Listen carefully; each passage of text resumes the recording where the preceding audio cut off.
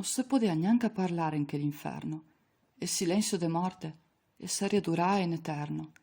Ligai su, in te un buso nero, in sento, che i fantasmi me li porterei per sempre rento, col dubbio perfin d'esser vivo o morto. L'era meglio tasare e risparmiarsi un altro colpo. Trattai peso delle bestie dal beccar. Saria sta meglio non sopravvivar per non ricordar. Calchedun, con le ultime forze in te le mane, e provava a rampegarsi, con le onge su rocce piane.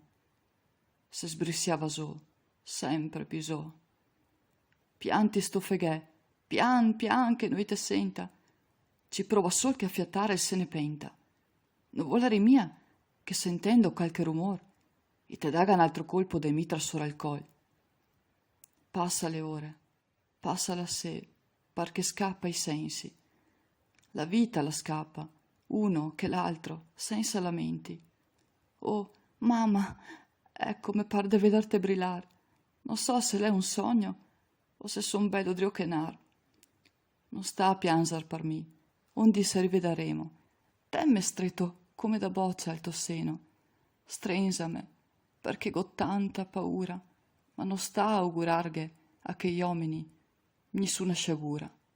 Perché salghe pensare a Dio allora un dì, mi go solo da sperar de non morirmi a chi, ma de tornare in drio a contar tutti sti orrori che i ga d'essa tramandà in te la memoria, in te i cori. Ve ricorderò, compagni, e conterò al mondo intiero la verità, quella no che non l'amore in te un buso nero.